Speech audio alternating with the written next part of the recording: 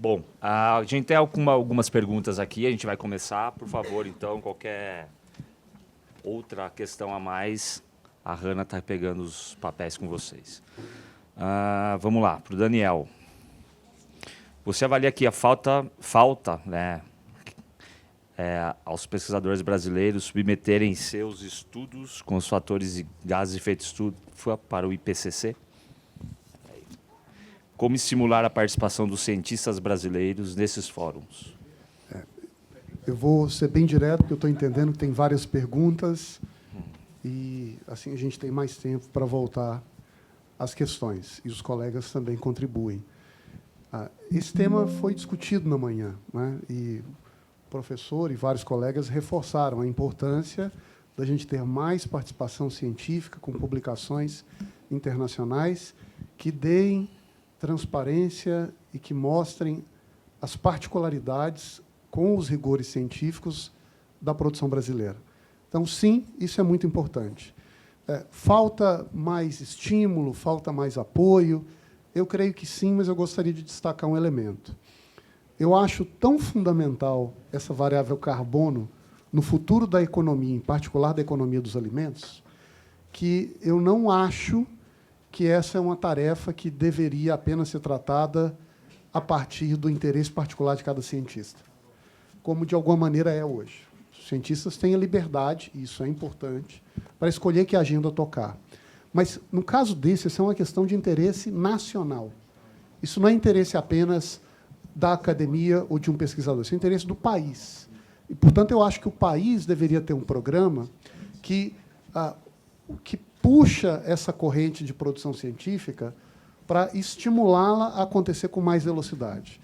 E eu creio que um dos grandes estímulos para que isso aconteça em alta velocidade no país é a proximidade com o mercado. Então, um governo ou um país que estimula o mercado a reconhecer a importância do carbono, da sustentabilidade, isso é, de alguma maneira, uma tração que faz com que os cientistas, especialmente daquelas instituições aplicadas, como é o caso da Embrapa, como é o caso de várias academias, como é o caso de pesquisadores ligados ao setor privado, de participarem desse processo dando contribuição nacional. Obrigado. Vamos lá. No que tange aos processos já iniciados em algumas propriedades rurais que, porventura, serão invadidas, como ficaria o processo? Ou como ficaria o projeto? Tá, tendo em vista o que o Edu citou sobre a insegurança jurídica. Daí cita alguns casos que aconteceu recentemente, Suzano, vazão da ex-ministra Tereza. Como que ficaria esse cenário? Eu posso começar aqui, Pode, mas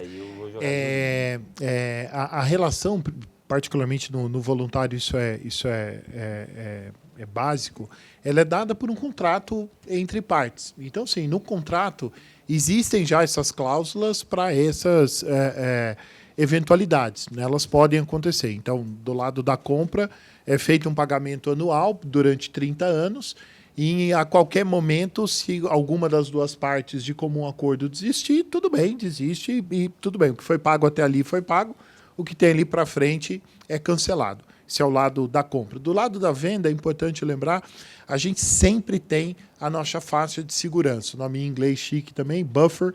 Então, eu vou vender 1 milhão de toneladas, eu compro 1 milhão e 100. Porque algumas áreas, infelizmente, no caso do Brasil, poderão ser invadidas. Mas, independente de invasão, a área pode queimar. Né?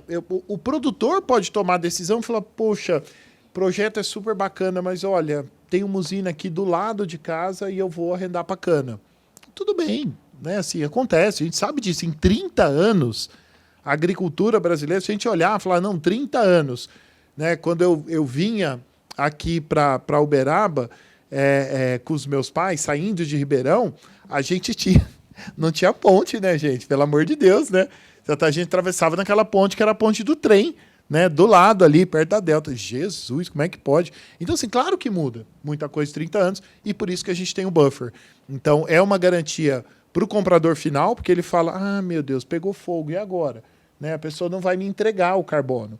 Então, por isso que é importante ter, né, esses desenvolvedores de projetos, os agregadores, justamente porque a gente dá essa tranquilidade para o comprador, né, de que, olha, você comprou 1 milhão, você vai receber 1 milhão.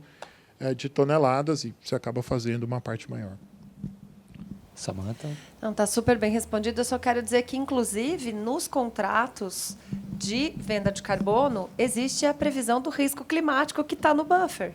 Porque a gente está exatamente falando de risco climático. Se a gente for olhar as grandes secas, Portugal pegou fogo ano passado, queimou tudo. E o que não pegou fogo, com o calor e com a fumaça, definhou a floresta, morreu a floresta. Então, tem também previsão nos contratos de carbono, dentro dessa faixa de segurança, tem, inclusive, risco climático. É uma coisa, é um contrato seguro, tanto para quem vende quanto para quem compra. Desculpa, e só um exemplo real nosso, né? A Laninha no Rio Grande do Sul. Foram 3 anos de seca. Gente, seca em 3 anos seguidos, acabou o carbono, né? Assim, reduziu muito o carbono que estava estocado lá. Pô, não é culpa do produtor, não é culpa nossa, né? Foi um evento climático extremo, que a gente sabia que ia acontecer 20 anos atrás, né? Importante lembrar. Mas que a gente teima, né? A gente ainda teima com a ciência, com os modelos. Então, mas o contrato, a vantagem é isso, né? Teimando ou não, está lá escrito, inclui. Obrigado, bom, bem lembrado. Tem um efeito indireto que é importante também a gente atentar. Muitos dos projetos são realizados por investidores, desenvolvedores, por instituições que escolhem onde vão investir. Podem investir no Brasil ou não. Podem investir na Argentina ou na Colômbia, ou podem investir na Ásia. É um mercado em que esse interesse e esses projetos eles estão se espalhando por vários países. Se nós somos um país em que não há uma segurança da propriedade, significa que nós estamos empurrando esses investidores para buscarem outros mercados em que esse problema não acontece. Ótimo. Para a Samantha, como funcionaria no Brasil o pagamento por serviços ambientais? Quem regula, verifica e certifica que esses serviços estão sendo prestados? Ótima pergunta. Nós temos alguns exemplos bons para dar. Ar-condicionado, gente. Nós temos um serviço de biodiversidade e água, que é custeado pela Coca-Cola. Ela ajudou a desenvolver esse projeto e é contrato da própria Coca-Cola com particulares. Então, nós não temos ainda, assim como o carbono, que é o mais desenvolvido, nós não temos dos outros serviços ambientais nenhuma regulação. E isso, do ponto de vista de mercado voluntário, gente, é ótimo. Por enquanto, é bom, no sentido de que a gente consegue ter, a Natura faz, a Coca-Cola faz, a Ambev faz, a ANA, Agência Nacional de Águas, tem um projeto de pagamento por serviço ambiental do produtor de águas, que aquele produtor rural que tiver com uma APP de entorno de nascente, por exemplo, degradada, ele consegue fazer o projeto, a ANA financia o projeto, dá o técnico, ajuda a implementar e ainda paga para esse produtor manter aquela nascente. Então, por enquanto, os serviços adjacentes, e tem vários exemplos, por exemplo, eu tinha um cliente que fazia exploração de casca de pau-pereira. O pau-pereira é a casca dessa árvore é tida como um grande auxílio na imunidade. E quando não tinha ainda tratamento para AIDS, essa casca ela foi muito utilizada, principalmente nos Estados Unidos, para aumentar e recuperar a imunidade. E ela não é um acesso a patrimônio genético, por exemplo, que poderia ter que passar por vários critérios. Ela é só a retirada da casca, de um jeito que você não mata a árvore, não é anelamento, né? E exporta essa casca ou vende essa casca para essa indústria, que é de produtos naturais também, não é indústria farmacêutica, para fabricação. A comunidade, que era a Ribeirinha do Pará, que descobriu esse remédio para a imunidade, recebeu repartição de benefício que a gente depois regulamentou na legislação, mas recebeu da empresa, que é uma empresa dos Estados Unidos, recebia da empresa pelo conhecimento, recebia pelo trabalho extrativista de retirada da casca do pau-pereira, que era um pagamento por serviço ambiental indireto por biodiversidade. Então, por enquanto, hoje no Brasil não existe regulamento para os outros serviços ambientais. Nós temos de acesso a patrimônio genético, que é outra coisa, né? Que tem que ter repartição de benefício com as comunidades que têm esse patrimônio genético já explorado. Mas os outros serviços ambientais não têm regulação. Quer complementar? Bom, Daniel, na sua opinião, quando teríamos um mercado regulado de carbono no Brasil? Vale a pena continuar somente com o mercado voluntário? Como eu disse, eu acho que é questão de tempo até a gente ter um mercado regulado no Brasil. E o que eu posso dizer, que foi me dito algumas vezes em ambientes com várias pessoas, então não é informação privada, mas tem lideranças do governo que estabeleceram como uma meta que esse projeto de lei, ou seja, qual for ele, seja aprovado ainda esse ano. Então, é um objetivo de lideranças de primeiro escalão do governo federal que o Brasil, em 2023, até o final do ano, regulamente seu mercado de carbono. O que significa que essa agenda está definitivamente posta. Muito bom. Por Edu aqui, tem uma lavoura de avocado, abacate, né, em fase inicial. Como iniciar o processo de adesão ao crédito de carbono? Ou como obter ajuda? E só para emendar aqui, como um produtor de 400, 500 hectares pode trabalhar junto com a MyCarbon? Vamos lá. De manhã a gente falou bastante, né, do agregador. Eu reforço aqui, né, a ideia do agregador para poder juntar essa quantidade. Então, assim, claro, a gente tem uma equipe hoje, a gente tem dentro da organização uma equipe que cuida de pecuária, que é o Renove. A gente tem uma equipe que cuida de agricultura, tem uma equipe que cuida de floresta, aí no caso do avocado, por exemplo, e pecuária fora da cadeia do Minerva, isso está dentro do que a gente chama de agricultura. Pecuária, na verdade, para nós, é pecuária dentro da cadeia, é Minerva. A gente tem floresta e aí tem a área normal do trading.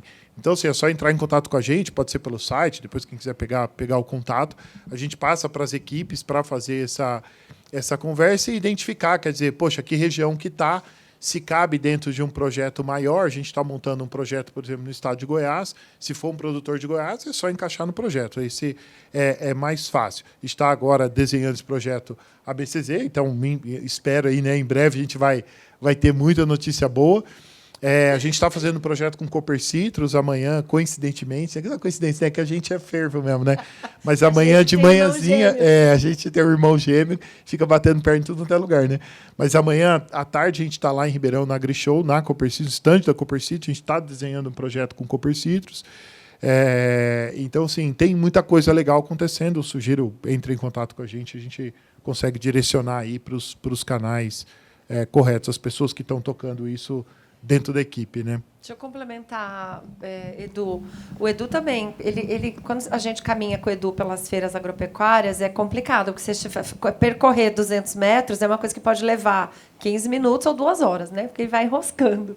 Então, mesmo os pequenos venham para conversar, por quê? Porque tem contato com a cooperativa, tem contato com a associação, tem contato com o sindicato, e esses grupos, todo mundo tem um interesse comum de se associar. Né? No Paraná, a gente tem um monte de cooperativa que todo mundo pode fazer junto. E, se não estiver em um movimento desses, a própria MyCarbon pode ser o agregador para ter, porque tem aqui o contato com a BCZ, porque tem o contato. Então, o Edu e o irmão gêmeo dele são os caras que viabilizam. E eu até brinco, né? Aproveitando, o nosso trabalho principal, um dos grandes trabalhos, é conectar, gente. Outro dia me falaram, não, Edu. Eu falei, não, gente, você está no norte do Paraná, a gente tem um projeto lá com a Cocamar. Ah, que legal, vocês estão com a Cocamar? Não, a gente não está com a Cocamar. Assim, até brinquei com o Luiz Lourenço, queria estar, mas ele tomou uma decisão de fazer sozinho. Tudo bem. Aí falou, não, mas aí você. Eu falei, eu fico feliz de ver que o projeto deu certo, vai lá, vai ser feliz. Mas eu sei que tem, passo contato lá da turma. Então, é isso, né? A gente tem hoje, eu arriscaria dizer que em pelo menos 20 estados brasileiros já tem iniciativas de projetos de carbono que a gente facilmente consegue conectar dentro ou fora da rede. Muito bom, muito interessante.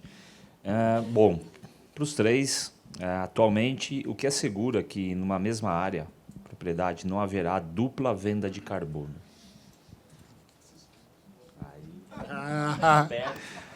Aquela aflição, né, gente? Quem começa, né? O coração até palpitou. De novo, quando alguém me pergunta, eu vou até aproveitar para responder também, né? O Daniel comentou já, mas vou tomar essa liberdade, a gente é de casa, né, Daniel? Mas eu vejo claramente a necessidade de ter regulação. O decreto, a gente teve um decreto em maio do ano passado, 19 de maio, um dia depois do meu aniversário, falando disso, da criação do SINARE, que era esse Sistema de Registro Nacional. E talvez esse seja um dos grandes legados dessa área que ficou, que a gente fala para o governo atual, né, fala, pelo amor de Deus, eu sei que normal, né, todo governo que troca, você acha que tudo que foi feito para trás não presta. Mas eu falei, isso era ótimo, ter um Sistema Nacional de Registro. Por quê? Porque a gente precisa que carbono atue igualzinho o CBIO. Qualquer um aqui que trabalha com CBIO sabe disso. Eu tenho uma área, eu gerei um CBIO, a gente gera CBIO, né? Sebo bovino vira biodiesel, gera CBIO. Quando eu vendo o CBIO, se eu vender para o Daniel, eu falo, que legal, vou vender de novo para a Samanta. Na hora que eu for vender para a Samanta, ela entra lá no sistema da CVM e fala, não, mas tá aqui, você já vendeu. Esse token, né, essa identificação, ela já foi dado baixa. O carbono não tem isso. Então, sim, o que você pode fazer é conectar com Verra para ver se aquele projeto já está certificado lá. E até por isso que a gente passa um nervoso louco, né? Eu venho do setor de pesquisa e desenvolvimento, trabalhei no setor de pesquisa há muito tempo, desenvolvimento em indústrias, e hoje eu estou numa área de trading. E o pessoal de trade quer morrer comigo. Fala, não, Edu, mas carbono, commodity. Eu falei, não é. Porque hoje eu vendo 1 milhão de toneladas de carbono, eu tenho que abrir projeto a projeto, porque o comprador tem que certificar que aquele projeto tem as especificações que ele quer. Olha a loucura disso. Né? Então, sim, CBIO não CBIO tudo CBIO, mas você tem um controle, né, disso. Então, o carbono não tem. Então, isso é um problema. Claro que para quem vende é uma obrigação até fiduciária. Então, eu, como trader, eu sou regulamentado por vários desses atores, né, que o Daniel mostrou aqui. Eu tenho um dever de fazer isso, mas o fato de eu ter um dever não significa que todos têm. Hoje, 2 dos 5 maiores operadores de mercado de carbono trabalharam com crimes financeiros na CVM antes de estar com carbono. Então, foram pessoas que foram caçadas, tiveram suas licenças cassadas, porque faziam pirâmide financeira e estão fazendo pirâmide de carbono. Então, compra 1 milhão de toneladas e vende 8. Mas, gente, se eu comprei 1, eu posso vender 1, né? Fica a dica, né? Tá meio na cara, né, gente? Ué? Aí a pessoa, não, mas é que em carbono chama double count. Eu falei, gente, qualquer coisa. Se eu comprei ação, eu vou lá, comprei ação da Vale. Né? A Vale não pode vender a ação que ela vendeu para mim, né, para o Juan. Não, ela vendeu para mim. Ela pode emitir mais e vender. A mesma ela não pode. E se ela fizer isso, ela é caçada. Foi o que aconteceu com 2 desses operadores que, infelizmente, estão aí atuando. Então, é um problema. E daí a importância de ter uma regulação boa. Porque com uma regulação boa, você pode ir no Ministério... No caso desses 2 CVM... Quem foi o Ministério Público Federal, que tem um acordo com a CVM para, em casos de crime no setor financeiro, o Ministério Público atua. E por que é tão importante? Porque, se isso não acontecer, que confiança que você tem em comprar uma ação, gente? Então, assim, é bom saber que tem alguém cuidando disso, porque você fala, se alguém fizer trambicagem com a minha ação, a pessoa tem uma tendência de preço, ou, no mínimo, sair desse setor. Então, esse é o caminho. Estendi demais aqui, mas é só... Tá claro. Agora vocês falam... Excelente. Só reforçar, a resposta curta, a resposta do Edu me parece absolutamente completa. Vou só exemplificar para reforçar. Então, a resposta direta a gente precisa ter uma base nacional comum que condicione o valor do título. Para fazer uma analogia muito simples, o mercado de imóveis ou de ações. Eu não tenho como vender 2 vezes a minha casa, quer dizer, posso até fazer uma fraude aqui, mas a validade do título só acontece no momento que eu registro. No caso de uma ação, você só, de fato, confirma a venda quando esse registro opera essa transação. No caso do mercado de carbono não regulado, como hoje opera, é como se existissem várias bases divididas, espalhadas pelo mundo, com a comunicação muito precária. O que não impediria, portanto, uma pessoa de registrar o crédito em uma empresa certificadora muito qualificada, mas, ao mesmo tempo, registrar numa pequenininha, que talvez não tenha muita expressão, uma não comunica com a outra, e eu vendo 2 vezes. E registro em uma e registro em outra. Mas, se tem uma lei brasileira que diz, neste território, uma ação só vale, uma compra e venda só vale, a partir do momento em que ela está computada nessa base nacional, um Banco Central Nacional do Carbono, isso naturalmente cria um condicionante que vai evitar esse tipo de dupla transação.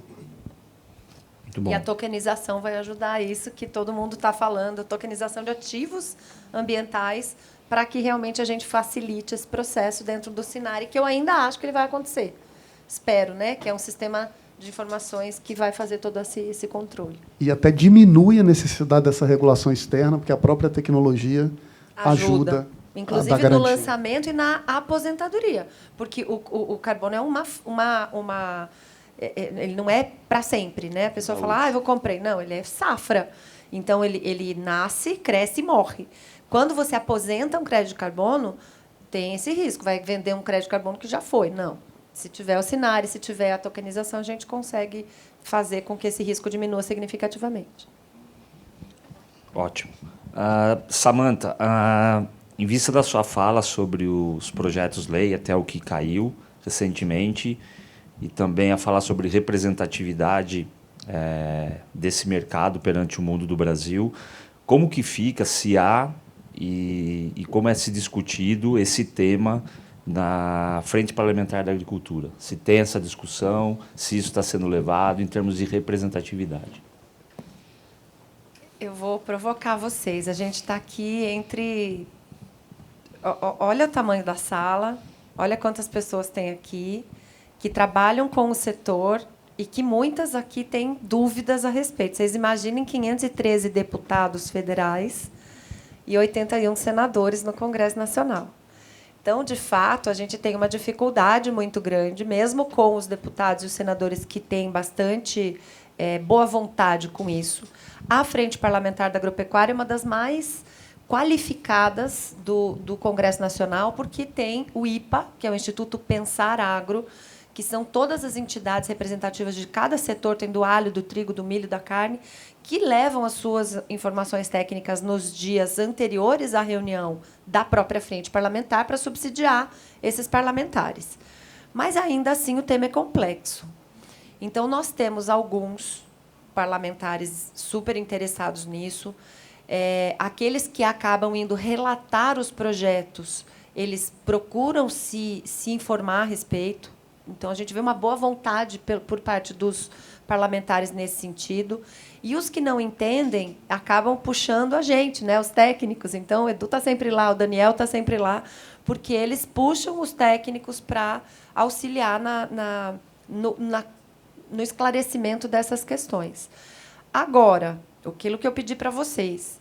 Gente, um e-mail, um Instagram, um Twitter, qualquer coisa que o setor pressione o parlamentar, ajuda muito esse parlamentar a aumentar o interesse no tema, porque ele vive de voto.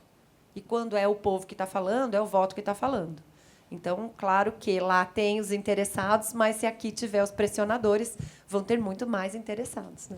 Gostaria de destacar um ponto. Na minha experiência, como setor, eu vejo mais engajamento, mais construção e proposta em outros setores do que no agro, na discussão do carbono. Eu vejo o setor de aviação extremamente mobilizado, com uma visão muito clara, com uma ciência consolidada, mais ou menos, e com propostas de encaminhamento. O setor de transportes, no caso de combustíveis, também eu vejo uma discussão imensa nessa direção. Vejo energia. O setor de energia evidente, o setor de mineração, super comprometido, organizado, com proposta, orientado, e entre outros setores do Brasil. No agro, existem pessoas que têm muita dedicação, muito interesse, a começar por vários que estão aqui, mas, como setor, eu não vejo ainda esse tema como uma prioridade setorial organizada. E eu acho isso um problema, porque este é o setor que é a fonte geradora de crédito, de fonte de sustentabilidade para o Brasil, que vai, inclusive, poder, com esse crédito, com esse papel, alimentar os demais nessa cadeia de sequências. Então, se a gente não se organiza e não participa, além de todos os prejuízos que essa agenda do carbono, quer dizer, oportunidades perdidas que essa agenda do carbono coloca e que a gente não aproveita, a gente pode, inclusive, não ficar com os créditos. Bom, recado dado. Pessoal, alguém tem mais alguma pergunta, algum comentário para se fazer? Não? Tá todo... Hã? Se não você faz, Não, fica à eu queria vontade. só- acho que Eu tenho mais um depois no final, mas... Tá, não, por favor. Né? Não, acho que só complementar uma frase do Delfim que eu gosto muito, que ele sempre falava. Cada um de nós aqui, acho que na grande maioria, até pelo perfil de idade, mas a gente é cidadão, eleitor e contribuinte. É nossa obrigação influenciar a política pública. Quem faz política pública somos nós, não são só os parlamentares que estão lá em Brasília. E eles não têm obrigação de saber tudo.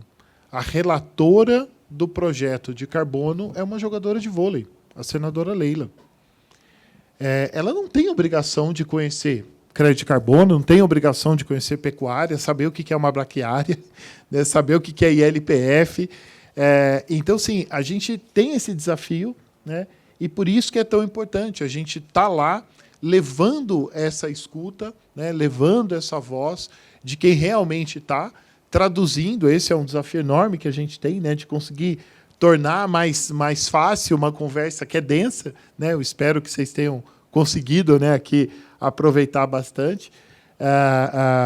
Mas, de novo, né, hoje a gente tem, dá para contar nos dedos, vamos pôr 2 mãos para ser educado aqui, parlamentares que realmente entendem com profundidade desse assunto. Alguns mais, outros menos, por estarem mais ligados a alguns setores, né, de energia renovável, por exemplo, né, biocombustível, gente que trabalhou no CBIO, gente que trabalhou no FIAGRO, e que aí entende, tá bom, entendi que o carbono pode ajudar, tal, baratear o dinheiro. É isso, e aí juntar. Mas lembrar, de novo, no Executivo, né, aqui tem gente do governo do Estado de Minas também, da importância, né, de fomentar essa discussão, não esperar que só Brasília vai resolver tudo. Às vezes não resolve, às vezes até por ciúme, o Estado fazendo. Eu lembro quando o Mato Grosso do Sul fez, e o governador do Mato Grosso falou, gente, mas nós, o Mato Grosso bonito somos nós. Né? Como é que o pessoal lá do Sul fez primeiro? Eu falei, gente, porque, né, o pessoal se mobilizou, a Embrapa estava lá junto. Mas é que lá tem Embrapa. Eu falei, gente, vocês também têm Embrapa, né? Essa desculpa não cola. Mas o quanto está discutindo com os atores. Então, sim, que vocês também usem, a gente chama, né, o nome chique de subnacionais, mas usar o subnacional, né, usar os estados, usar as assembleias legislativas dos estados para fomentar essas políticas públicas que também podem ser favoráveis ou, se mal construídas, desfavoráveis. Quer algum comentário? Bom, temos mais uma pergunta aqui. Quantos produtores pequenos seria necessário para estabelecer um projeto de carbono, em média 50 hectares? Sindicato, 12 associações, 33 produtores, interrogação, ele coloca. Qual o grupo ideal? Existe um grupo ideal? Essa resposta é matemática, né? 25 mil dividido por 50, né? 500 produtores. Mas o ponto aqui é muito mais em hectares. Quer dizer, claro que café, por exemplo, né, eu dei o exemplo aqui hoje de manhã, café, pelo valor agregado que café tem, gente, pelo amor, né? Com 10 mil hectares você justifica um projeto. Assim, o projeto que a gente está fazendo lá, a empresa tomou a decisão de falar, não, nós vamos pagar o dobro do valor da bolsa do dia. Dobro, gente. Quem que paga o dobro? Imagina eu pagar o dobro da arroba, quebra, né, a firma. Café tem essa capacidade de absorver. Cacau tem essa capacidade de absorver. Cacau tem um projeto, tem 2 projetos hoje sendo desenhados para cacau. Super interessante. Mas por quê? Porque uma arroba de cacau vale $2.500, uma arroba equivalente em chocolate vale 25 mil. Então, você tem um espaço para fazer. Agora, pecuária, grãos, floresta plantada, exótica, 20, 25 mil hectares. Menos que isso é muito difícil. E aí é dividir pelo número de produtores. Então, assim, a gente, né, Uruguai, que a gente começou lá o projeto, na média, o Uruguai é bem esquadrinhadinho, né? Quase todo mundo ali tem mais ou menos entre 900 e 1.100 hectares. Então, a gente falou, olha, a gente começa... E essa é a beleza, tá, do projeto. Não, a ideia do PDD agregado é que você começa pequeno. A gente começou no Uruguai, foi o primeiro país do mundo que a gente começou o projeto, foi no Uruguai, comecinho do ano passado. A gente começou com 10 produtores. Porque eu falei, gente, tem que ser gente que topa, né? Aquela curva, a gente chama de curva normal, né? Chama não, né? Que daí eu chamo, né? Coitado, tá lá, né? Coitado do Gauss, vai morrer 10 vezes se eu falar que a gente chama de curva normal. Mas tem a curva, né? Normal. Então, vocês imaginam uma curva, né? Um sino.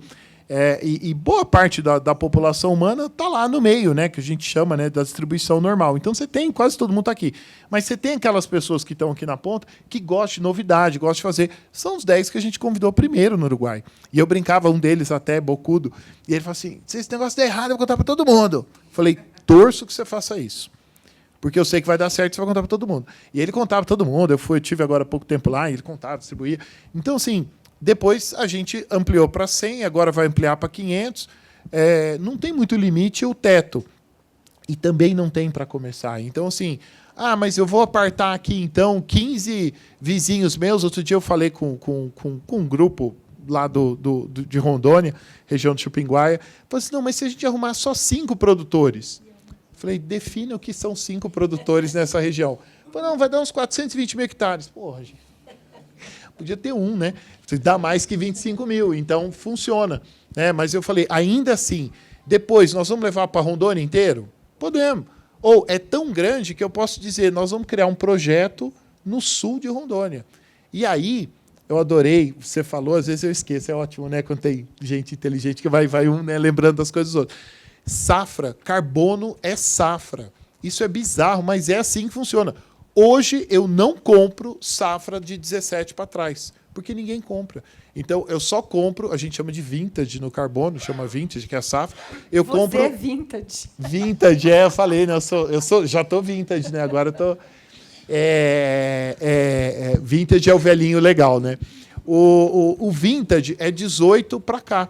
Então, assim, hoje é o que o mercado quer comprar. Edu, você tem carbono vintage 18? Gente. E aí eu consigo. Na safra, assim como um vinho, assim como café, assim como azeite, eu conto uma história. Eu não estou mais vendendo carbono de boi, de recuperação de pastagem no Triângulo Mineiro. Não. Não é. É um projeto com a BCZ, com produtores que têm, na média, 150 hectares, que, se não fosse esse projeto, provavelmente abandonariam a sua produção ou entrariam para desmatar áreas que não podem ser convertidas. Então, assim, eu consigo montar uma história que eu agrego nesse vintage, isso agrega valor e o mercado tem interesse em comprar. Claro que aí o trabalho meu para contar essa história, mas até dou conta, né? Mas aí é um trabalho nosso, claro, de achar um comprador. Mas essa é a beleza aqui, né? A gente consegue fazer essas conexões independente do tamanho. Bom, aqui é mais um comentário, né? A extensão rural é e sempre será muito importante para transferir os conhecimentos e até mesmo a temática do carbono para todos os agricultores, em especial os familiares.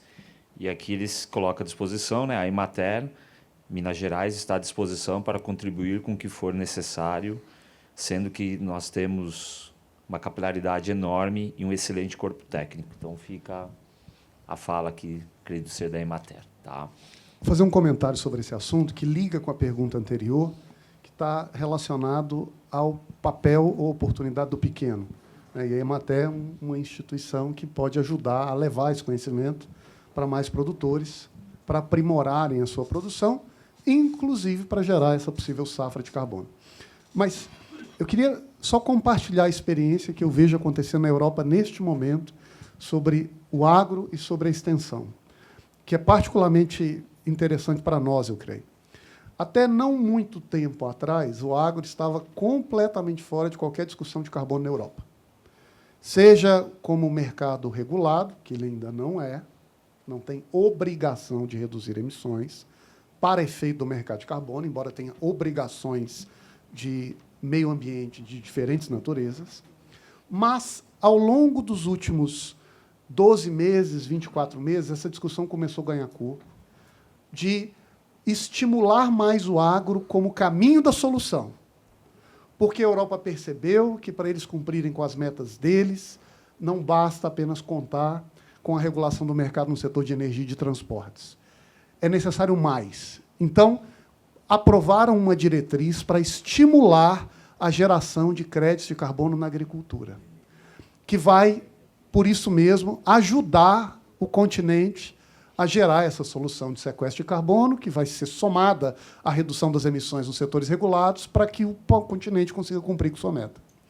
Mas, para isso, a Europa também diz lá na resolução: nós queremos, portanto, agora que o agro entre de cabeça, tem critérios do que vale como crédito de carbono do carbon farming, que é esse sequestro da agricultura, mas é fundamental o desenvolvimento de políticas de extensão para expandir esse processo de geração na agricultura. Não apenas por motivos, entre aspas, sociais, para mais produtores participarem, mas do ponto de vista climático. Se mais gente faz, significa que você acelera esse processo de sequestro de carbono da atmosfera. Então, por que é relevante para nós? Primeiro, que supera um velho preconceito de que o agro é problema. Então, tem o lado bom da colônia. Já que a gente é colônia, vamos olhar para o que os horizontes de referência estão fazendo e eles mesmos abraçam o agro como caminho da solução, primeiro. Segundo, na Europa já tem uma regulação e já tem propostas estabelecidas para o chamado carbon farming, que agora estão sendo implementadas, estão sendo desdobradas em cada um dos países conforme funciona na regulação deles. Portanto, nós também podemos e devemos, nesse caminho, fazer o que eles estão fazendo e começar a incorporar o debate sobre a extensão dentro da nossa discussão de carbono para que isso ganhe escala no país. E, de novo, não só porque a gente não quer que apenas meia dúzia de produtores tenham acesso a esse mercado, e é natural que tem gente que começa, é sempre assim. Começa em ilhas de excelência e se espalha. Mas porque a gente sabe, se se espalhar mais rapidamente, o próprio objetivo climático vai ser melhor respondido no país. E só para complementar, a própria Europa entendeu que o RED, que é o desmatamento evitado, não é um bom projeto. Porque a floresta em pé, adulta, não sequestra carbono. E, na agricultura, a gente consegue sequestrar. Então, é mais eficiente do ponto de vista de aceleração desse processo, né? E apenas para ficar claro, quando eu disse a gente é colônia, isso é uma ironia. Como está sendo gravado e talvez tem gente que não entende, é uma ironia. É porque, muitas vezes, o debate brasileiro só aceita a proposta se essa proposta tiver sido previamente certificada por outros países. Então, nesse caso, já tem uma experiência internacional que serve de referência para a gente poder avançar. Muito bom. Mais alguma questão? Mais algum comentário? Todo mundo... Até mais uma aqui. Tá. Você vai fazer um comentário? Pode fazer, mas antes de terminar, tem um comentário que eu gostaria de fazer, que eu acho que é muito importante nessa discussão, acabou não vindo à tona, mas por gentileza. Ótimo. Obrigado. Vamos lá. O município de Santa Vitória tem um programa municipal de carbono neutro e que fornece calcário subsimiano, é isso? Subsimiano, perfeito, para pelo menos 100 pequenos produtores, forneceu em 2022. Recuperou 1.400 hectares, conforme assistência de solos, desculpa, tá? E análise de solos e recomendações técnicas em loco. Há como município, juntamente como parceiros, a Emater, Epamig, obter financiamento custo zero para pequenos produtores? Legal a pergunta. Já estive lá, né, gente? Eu trabalhei já na Dow, na época que tinha usina lá, gente. Ó.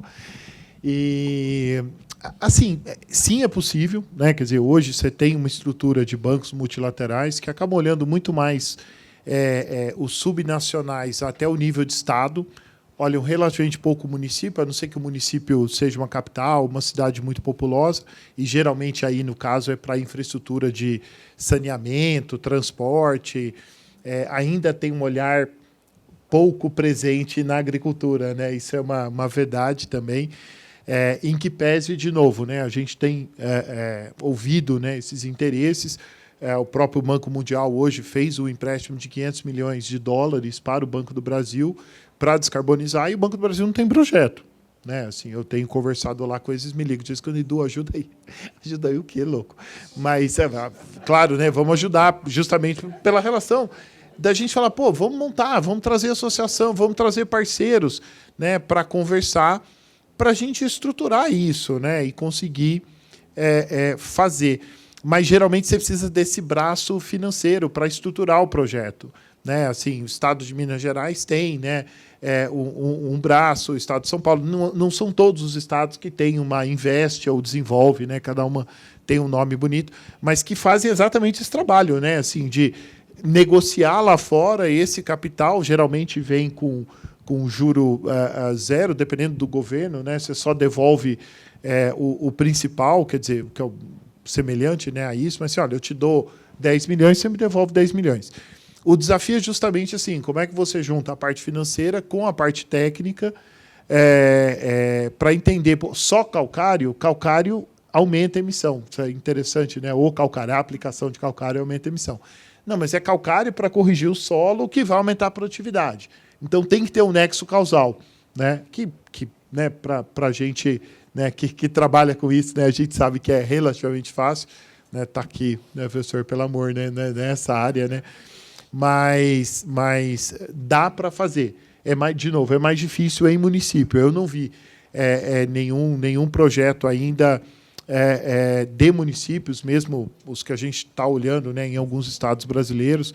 A gente está olhando o projeto com a FAEB, a Federação da Agricultura lá da Bahia, para 3 regiões no estado, mas não para um município específico, justamente para ter um que a gente chama de cluster, né, que é um bloco de produtores ou de municípios, para somar uma área mais interessante e até o volume de capital. Isso é importante, né, para quem trabalha no mercado financeiro sabe disso. É raro ter um empréstimo inferior a 60 milhões de dólares. Menos que 60 não paga o custo da transação. Então, assim, a margem não paga a dor de cabeça toda. Então, é importante ter esses números em mente para imaginar, 60 milhões de dólares é quanto em calcário? Provavelmente é calcário para o Triângulo Mineiro inteiro. Tudo bem, então junta o Triângulo Mineiro todo e faz a proposta. Né? Assim, duvido que o Estado de Minas não fizesse um projeto como esse. Tá? Só para complementar essa questão do financiamento, é possível o município ser beneficiado com ICMS ecológico através de projetos de descarbonização? É um assunto que pode entrar na pauta do legislativo? Sem dúvida. O ICMS ecológico, hoje, ele é destinado para unidades de conservação. Né? Unidades de conservação são parques, reservas, tem 12 categorias de unidade de conservação, algumas podem receber, outras não podem receber, mas existem alguns estados que eles colocam no rol da distribuição do ICMS outras coisas. E o que a gente tem brigado muito, e isso já está na pauta do legislativo, é que esses projetos que são feitos por municípios, quando eles beneficiam produtores rurais, por exemplo, eles sejam parceiros do produtor rural no recebimento desses créditos. Porque tem município que tem um grande potencial para fazer isso, tem braço para fazer isso, tem parceria técnica para fazer isso, mas não vê vantagem em fazer. E aí eles podem, sim, ser parceiros, não só através de ICMS ecológico, mas também como coautores nesses projetos. Uma coisa que o município não está olhando e que pode olhar para ver gerar crédito de carbono é resíduo. Os resíduos, hoje, os maiores problemas ambientais do Brasil, a gente fala em desmatamento, mas são saneamento, e dentro desse saneamento está os resíduos. Né? Saneamento são 5 coisas. Parte de água, fornecimento de água, coleta e tratamento de esgoto, macrodrenagem e resíduos sólidos. E quando a gente olha para esse saneamento como um potencial diminuidor, redutor de emissão de gás de efeito estufa, a gente tem muita coisa para trabalhar. Então, o ICMS ecológico, as techs, né, as verdes, as green techs que tem hoje na Costa Rica, tem vários exemplos de IPTU verde que dão super certo com relação a isso.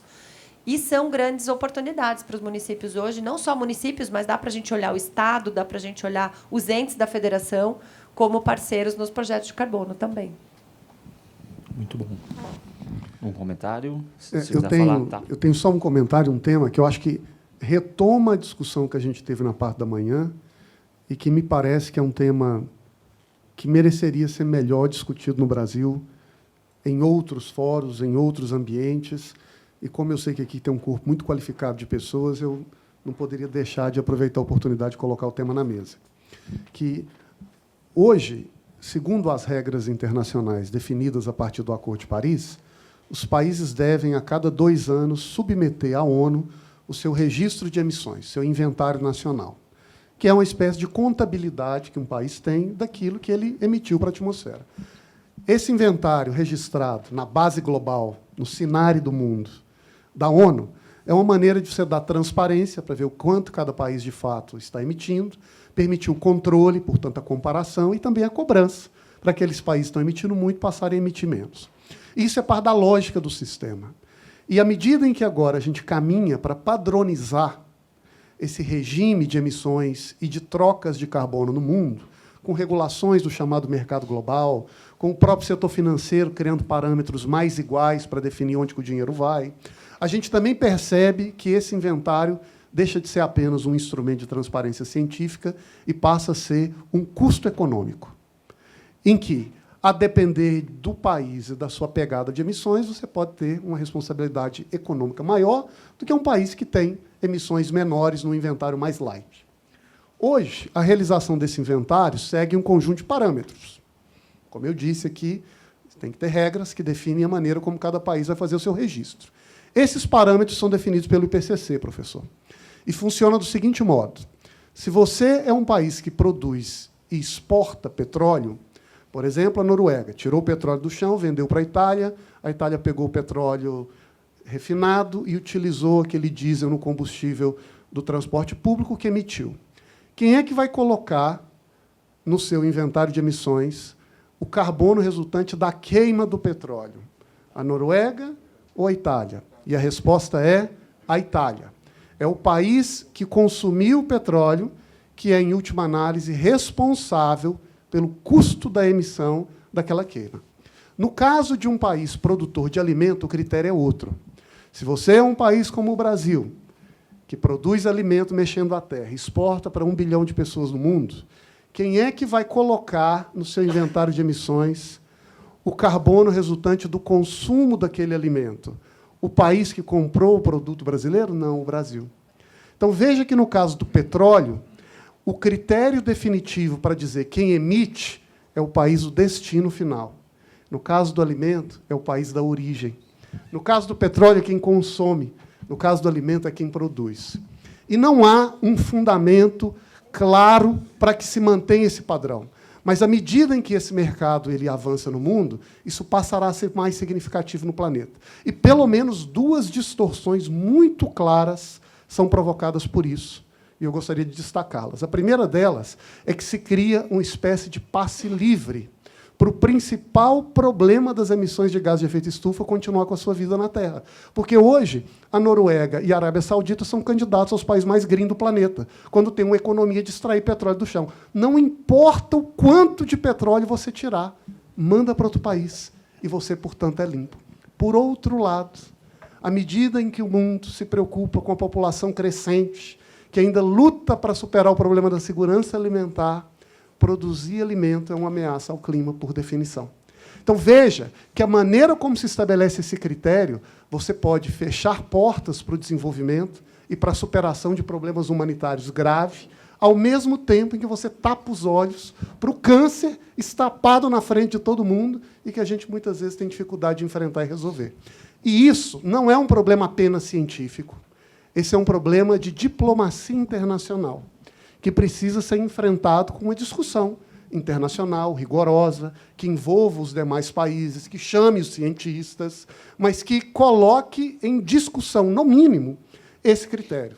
Eu não estou nem dizendo que vamos abandonar isso do dia para a noite, está completamente errado, muito embora eu acho que esteja, mas acho que isso tem que ser discutido. Esses parâmetros assimilados no passado, que foram passando ao longo do tempo, e hoje são a regra do jogo, precisam ser questionados, para que a gente não crie 2 pesos e 2 medidas e para a gente não acabe não criando problemas que impeçam a própria solução do problema do clima no mundo. Muito bom, muito bom.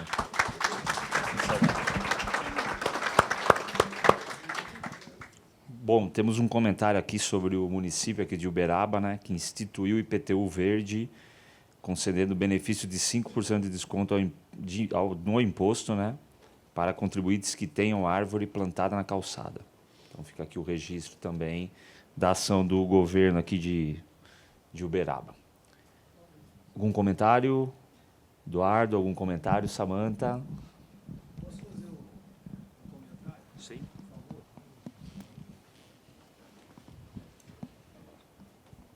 Boa noite, meu nome é Juliano, sou empresário aqui em Uberaba.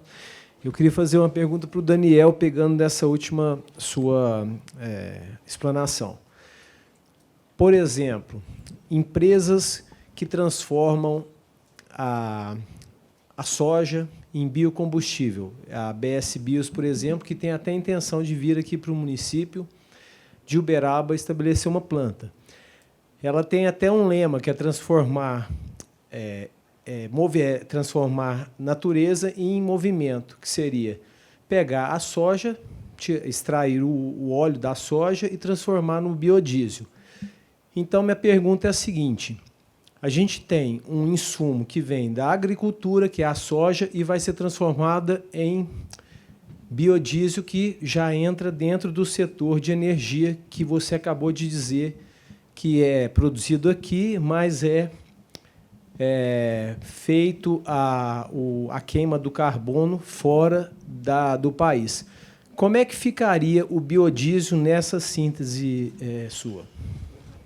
Olha que pergunta boa. Porque, nesse caso, é alimento ou é combustível?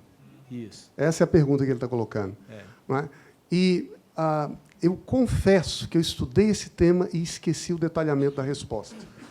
Mas eu fiz questão de procurar colegas, como o Morandi, da Embrapa, para discutir esse tema e saber exatamente qual é a resposta. Eu não vou arriscar te responder para não cometer um lapso e não dar uma resposta equivocada. Mas eu estou à disposição, vocês entrem em contato e a gente volta a falar sobre esse assunto. Posso ajudar? Não, se você quiser, porque a gente movimenta a CBio também. A verdade, aí voltamos na história da regulação, né? Então, a gente está discutindo aqui ter uma regulação de carbono e tudo mais, mas em combustível já existe uma regulação, que é o RenovaBio, e que faz isso. Então, já existe esse olhar de dizer assim, olha, se você substitui o fóssil diesel por renovável biodiesel ou a gasolina pelo etanol, aí é uma conta fácil de fazer, não precisa medir solo, não precisa capturar carbono, não precisa nada disso. Está lá, já tem uma norma do Ministério de Minas e Energia dizendo, olha, você reduz em tanto e isso equivale, você gera uma quantidade de CBIOS, de certificado, e isso tem um valor na bolsa. Você consegue abrir agora, ver lá o valor. A semana passada estava em torno de R$100, ou seja, $20, que não é diferente, muito diferente dos $20 que a gente falou. Então, ali você consegue. Então, como é um mercado regulado específico, se você pegar esse biodiesel e vender para o setor de biocombustível, você converte aquilo em CBIO e vai como CBIO. Se você colocar carbono no solo, que está separado, você pode pegar aquele carbono e vender no mercado. Se você regular a VM42, é um carbono, e aí você ganha ali, ganha separado, porque são contas diferentes. Né? Uma não conta não é double counting. Não é double counting. Então, hoje, tem essa vantagem, é visto assim. Não, então, esse carbono do solo está no solo, o do biodiesel é o que está para cima do solo, está separado. Então, a regulação entende assim, é o jeito que movimenta. Só um complemento, Edu. O que eu ainda tenho dúvida, talvez até você ou a Samantha saibam a resposta, é como o IPCC categoriza para efeito do nosso registro na base deles lá. Porque aqui no Brasil, de fato, é assim que funciona. Mas para efeito do Brasil mostrar lá fora, é uma contribuição que a gente, digamos assim, transfere ou se fica aqui? O entendimento nosso, consulta, quer dizer, deles, na verdade, né, que é a resposta que a gente teve deles, entra lá. Entra como combustível, não como alimento, mesmo tendo vindo de uma fonte alimentar. Aí o que tem, de novo, para alguns mercados como de aviação civil, né, que é super ativo, para aviação civil só pode ser biocombustível se for de segundo uso. Então, você não pode usar, por exemplo, soja convertendo para azeite virgem. Você pode usar o UCO, que é o Used Cooked Oil. Então, você pega aquele óleo, frita, e aí você pega o óleo frito e vende. Ou sebo bovino. O sebo é interessante porque o sebo bovino é considerado também como se fosse de segunda geração. E aí você pode vender para o mercado de combustível de aviação, que é um mercado crescente. E Né? é um grande mercado, é isso que eu ia dizer, um grande mercado, porque tem o Tratado de Corsia, né, que é eles são obrigados, existe uma regulação aí, que é um tratado onde a aviação é obrigada a usar agora um biocombustível. Então, a gente vai ter um mercado crescente, porque está correndo o tempo, prazo final para chegar. Quando a gente foi pela Egypt Air lá para o... A gente brincava que a gente estava sendo patrocinado pelo McDonald's porque estava indo com óleo da batata frita, né? Porque o avião que a gente foi para o Egito era com óleo usado e emitia 80% menos do que o combustível normal da aviação. A aviação é o maior mercado voluntário autorregulado do planeta Terra. Então, eles mesmos, para não esperar o governo aparecer com uma ideia brilhante, falam, não, a gente vai se autorregular. E aí a ICAO, que é a International Civil Aviation Organization, que a aviação é a companhia que junta todas as companhias aéreas do mundo, criou o Corsia, que é esse mercado regulado, que é hoje, ainda hoje, né, o maior mercado voluntário do mundo. Bom, eu não te dei uma resposta convincente ou muito detalhada, os amigos ajudaram, mas estou à disposição para depois a gente conversar sobre esse assunto e eu te prestar um pouco mais de informações que eu identificar. Mas o que eu acho que é legal da sua pergunta é que ela bota o dedo na ferida do problema, né, e estapa as tensões ou contradições que podem até ser resolvidas por um país ou por um critério, mas que eu acho que revela que tem um duplo parâmetro aí, conforme você trata a emissão proveniente do alimento ou proveniente do combustível. Do óleo. Bom, Daniel, só aproveitando, a questão do desequilíbrio citado, Noruega e Itália, poderia ser encaminhada via NDCs dos países? Eu não sei se esse é o caminho. Eu acho que existem alguns espaços de negociação internacional que definem esses parâmetros. Essa é uma discussão que tem uma dupla natureza. Por um lado, é uma discussão científica, então tem critérios que a comunidade científica internacional ligada ao IPCC orienta, mas tem também parâmetros técnicos, que são critérios de contabilidade, são padrões que são utilizados para definir como é que esse regime vai funcionar. E grande parte das discussões que estão acontecendo na diplomacia internacional nesse momento é de tentar harmonizar os padrões. Como é que os países fazem os seus inventários, como é que eles registram seus inventários. A China faz de um jeito. A China considera a emissão, considera a contribuição de um jeito totalmente diferente do nosso. Para eles, emissão é medido como diferencial de crescimento. Então, os compromissos, não emissão, né, os compromissos de redução. Outros países têm compromisso de redução completamente diferente, em termos absolutos, definindo um ano base, vamos dizer, 1900 com datas diferentes. Então, se você quer um regime que dê segurança, transparência e harmonia no mundo, tem que ter critérios mais ou menos iguais. Então, um grande esforço de harmonizar esses critérios. Mas, para isso, você precisa negociar os critérios. E essa negociação ela é muito relevante, tem espaços formais da ONU, comitês que são constituídos com a responsabilidade e o poder para fazer isso. E eu acho que essa temática de quem é que responde pelas emissões na origem ou no destino do combustível e do alimento deve entrar nessa discussão de padronização internacional, porque isso é constitutivo de como o mundo vai avançar, quem é que vai pagar mais o preço, quem é que vai pagar menos o preço. E aí o Brasil parece estar no meio entre dois grandes mundos, né? O mundo dos países que são predominantemente fósseis, digamos assim, e os países em desenvolvimento que têm uma economia ainda muito ligada à agricultura. E se a gente for olhar para a maior parte do mundo, se a gente for olhar para a realidade da América Latina, para a realidade da África, para a realidade de grande parte da Ásia, o mundo é o Brasil. O mundo não é a Noruega e a Arábia Saudita. O mundo é o Brasil. E, portanto, eu acho que tem uma grande chance da gente ganhar essa disputa se esse tema for colocado na mesa de discussão. Na verdade, na meu ver, o critério atual ele se garante com o silêncio. Porque, se você colocar essa discussão em aberto, eu acho muito difícil que os fundamentos e o interesse que estão por trás desse parâmetro prevaleçam no mundo. Porque a vasta maioria do mundo vai olhar para isso, na minha interpretação, olhar e dizer, espera aí, isso não faz sentido. Muito bom. Banho de conhecimento, hein? Mais algum comentário? Alguma pergunta? Bom, quer falar mais alguma coisa? Samantha? Só agradecer, Não, eu vou- né, gente? eu vou- Não, pelo amor, né? Eu vou fazer as Eu posso, honras não, se aqui, quiser, pode depois falar. Não, com certeza. Eu acho que... Eu falei pouco, né? Então dá para mim falar mais uma meia hora. Não, mas eu acredito que a gente foi agraciado. Acredito não, tenho certeza. Com um belo dia aí de discussão, de trabalho.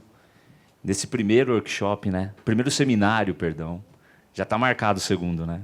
Você viu que já tem vários, tem temas aqui, hein? Para os 30 anos, não. Tem muito a discutir. Mas eu fico muito entusiasmado com o que eu vi hoje, mas principalmente a certeza, né, dada a qualidade da discussão. E conheço o professor falou de 78 aqui, vindo aqui, né, depois o Roberto, à tarde uma mesa fantástica com a Samantha aqui, com o Daniel, com o Edu.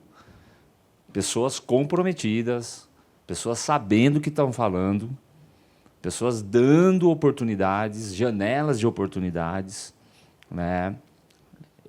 Foi falado da Revolução Verde, né? A Revolução Agrícola lá de 50 nos Estados Unidos, a tecnologia. O Eduardo falou, a gente tá o bonde passando na nossa frente aqui é o mercado de carbono. Então, a gente tem que realmente colocar isso em pauta. E aqui a seguridade das pessoas falando, isso é fundamental. A gente precisa ter realmente mais isso na cadeia agropecuária. Mais coordenação, mais comunicação e realmente representatividade. Temos um corpo técnico aqui, nota 10, sem contar vocês aqui presentes. Não vou falar que quem não veio perdeu, porque hoje, né, a gente tem a possibilidade de ver gravado. Tá? Então, a lição de casa, como professor, né? Professor dá lição de casa, né? Lição de casa é bater lá. Vocês gostam de mandar mensagem de WhatsApp? Manda mensagem, ó. Aqui é o link, aqui, ó o evento que vocês perderam. Tá aqui. Essa é a lição de casa de vocês. Tem que propagar. Tivemos quantas horas aqui de bate-papo sobre carbono, gente? Fantástico. Então, fica o meu agradecimento, a referência. Agradecer em nome da BCZ todos os palestrantes e dizer, vocês estão na vanguarda. Tá? Não é ousar dizer, a BCZ, na discussão do carbono neutro, está na vanguarda desse processo. Se a pecuária precisa, a BCZ é um ente que vai ter que estar junto e vai ter que puxar esse movimento. Papel de todos vocês aqui. Então, em nome de todo mundo, agradecemos a oportunidade para debater carbono, debater a pecuária e debater o futuro do Brasil. Obrigado.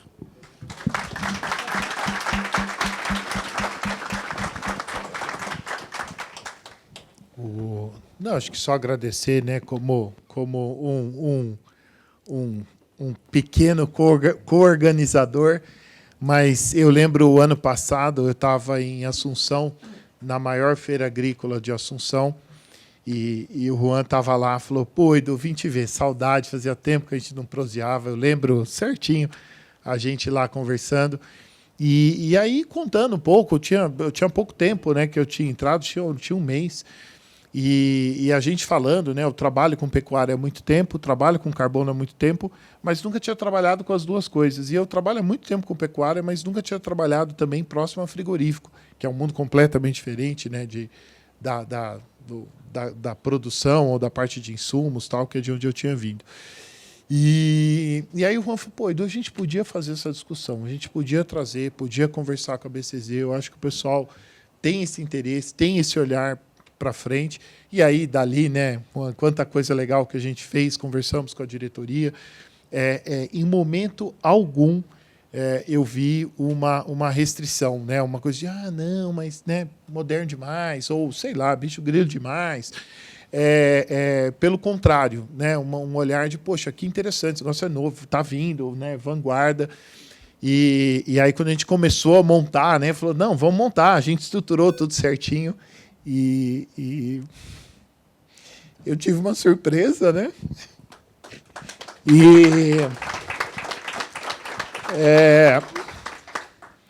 eu fui diagnosticado com câncer, me deram até o final do ano, né, de vida, e meio que eu não aceitei, né? Eu falei assim, não, né, tá cedo demais para eu ir embora. E, enfim, deu tudo certo, tratei, tirei, ainda estou, por isso que eu estava sentando aqui, cada hora que tinha que levantar, sentar, falei, maldade. Mas tá bem, enfim, o que eu tinha não tenho mais, mas essa foi a minha primeira palestra. E eu lembro o Juan, muito gentil, e a Mari também lá, né, falando assim, o Edu, a gente vai se programar caso você não consiga ir. E era um não consiga ir do tipo, eu estarei em recuperação, e não consiga ir porque eu vou, né, passar dessa para melhor. Mas no começo eu estava muito mal-humorado, enfim, né, com todo o acontecimento.